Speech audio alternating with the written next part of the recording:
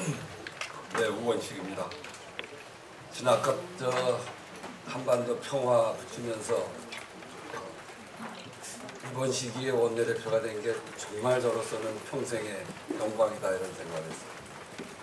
고향이 황해도인데 황해도가 들어가 있는 그 부분을 제가 붙이게 돼서 얼마나 감개무량한지 모릅니다. 저는 황해도에 저희 누님 두 분이 계시거든요.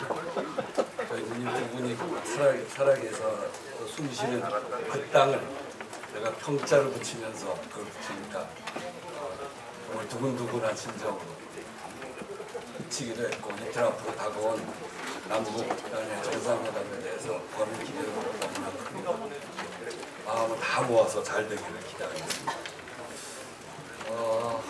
오늘도 역시 죄송한 말씀을 드리게 됐습니다.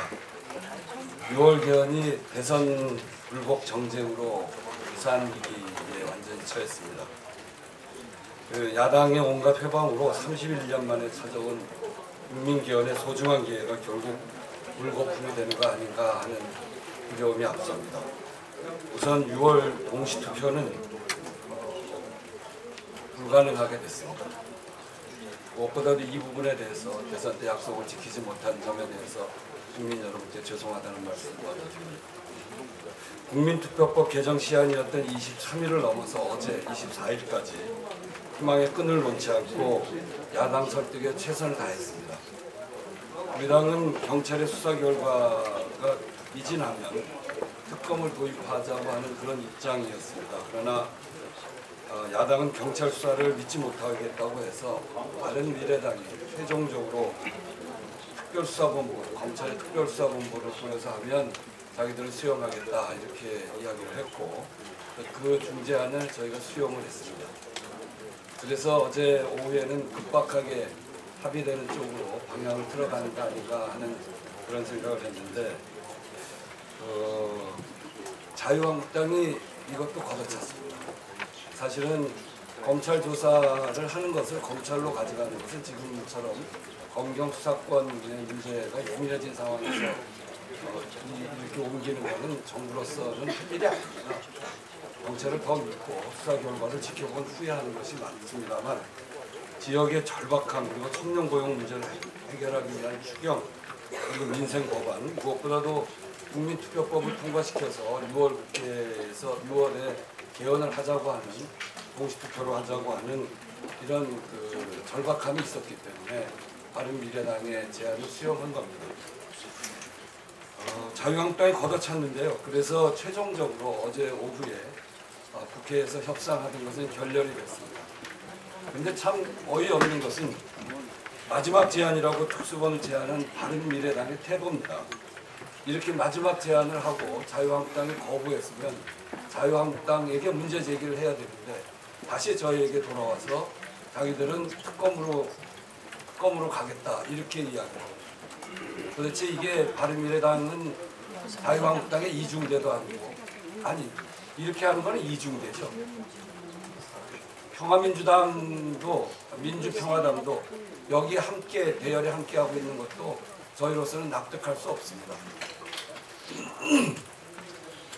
국민들의 참정권을 박탈하고 국민 개헌의 대목을 박으며 국민들의 절박한 민생을 외면한 자유한국당의 망동 국민들에게 심판받을 것이다 이렇게 말씀드리고, 바른미래당과 민주평화당이 여기에 함께 서서 이번 사건을 드루킹 사건이 아니라 대선 불법 여론 조작 사건이라고 함께 규정하는 것에 대해서 참으로 분노를 금할 수 없습니다. 민주평화당에게도 묻습니다. 지난 사건이 대선에서의 불법을 통한 여론 조작이 있었기 때문에 대선에서 문재인 후보가 승리했다는 이야기를 하고 싶은 건지, 자유한국당의 특검 요구의 본질은 저는 대선 불복이라고 생각합니다. 자유한국당은 정권 교체 후에 지난 1년간 8번의 특검을 주장했고 7번의 국회 보이콧을 이미 저질러 왔습니다. 이것은 국회를 그야말로 정쟁의 장으로 만들고 반대를 위한 반대를 해왔던 것이다. 그 결과물이다 이렇게밖에 볼 수 없습니다. 정부조직법, 인사, 추경, 예산 그리고 개헌에 이르기까지 국민이 선택한 문재인 정부가 하려는 일을 모두 발목을 잡았습니다. 물관리 논란을 담은 정부조직법은 아직까지 논의가 안 되고 있습니다. 뚜렷한 반대 논리조차 거의 없어 보입니다. 왜 반대하는지도 잘 모르겠는데 일부가 반대한다고 안 된다고 하는 겁니다. 자유한국당과 바른미래당이 제출한 특검법 그리고 민주평화당까지 함께해서 제출한 특검법을 보면 19대 대선을 국정농단이 심판한 국민적 선택이 아닌 대선 불법 여론 조작이라고 규정하고 있고 청와대와 민주당까지 연루시키고 있습니다. 이것은 명백한 대선 불복이고 정권 교체를 불인정하는 것입니다.